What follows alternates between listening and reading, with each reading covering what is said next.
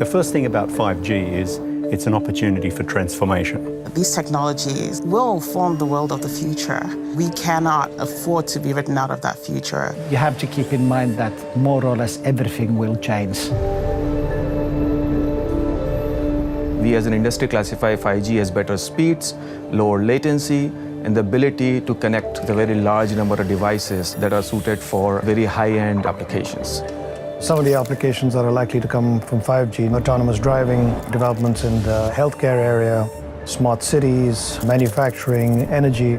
The 4G technology is connecting people. The 5G technology will be connecting objects.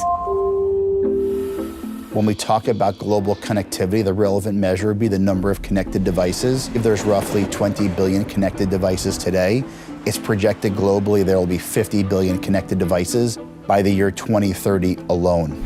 In order to be able to handle all of this traffic, you require a network that is much more flexible, and that's what 5G will bring. It will be machines talking to machines, IoT or Internet of Things.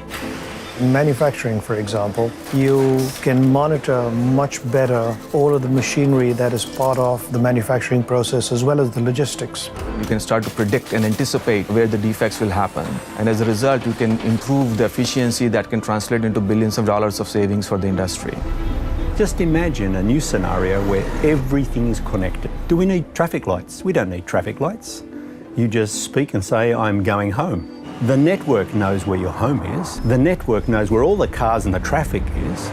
The result of that ends up being reduced energy consumption, reduced carbon footprint.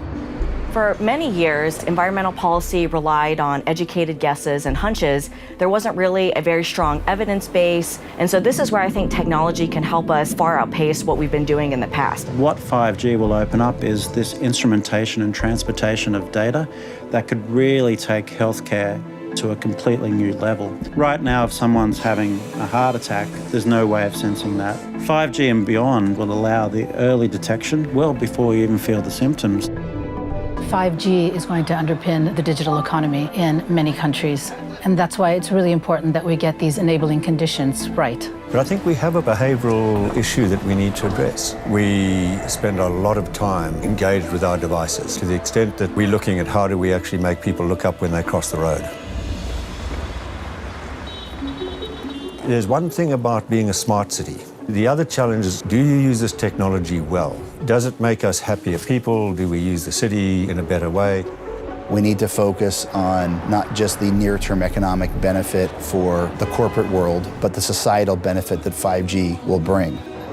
If you put a VR lab in a school, the students can explore the pyramids of Egypt or even the solar system. But on the continent, there are challenges with even basic internet access today. A lot of infrastructure in countries is built by governments in order to attract corporate investment. So governments need to decide what are the infrastructure elements they should be encouraging investment in.